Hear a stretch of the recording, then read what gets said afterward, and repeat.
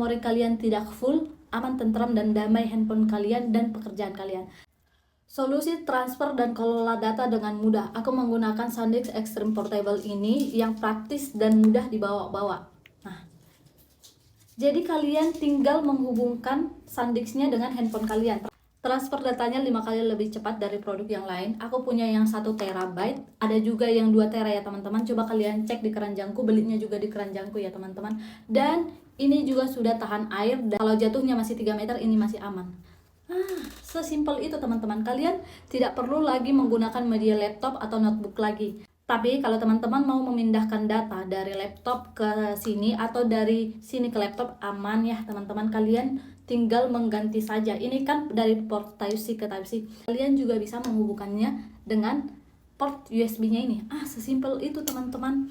Jadi kalian punya barang yang simple, barang yang mini, barang yang praktis. Handphone kalian tidak lemot, memori kalian tidak full, aman, tentram, dan damai handphone kalian dan pekerjaan kalian.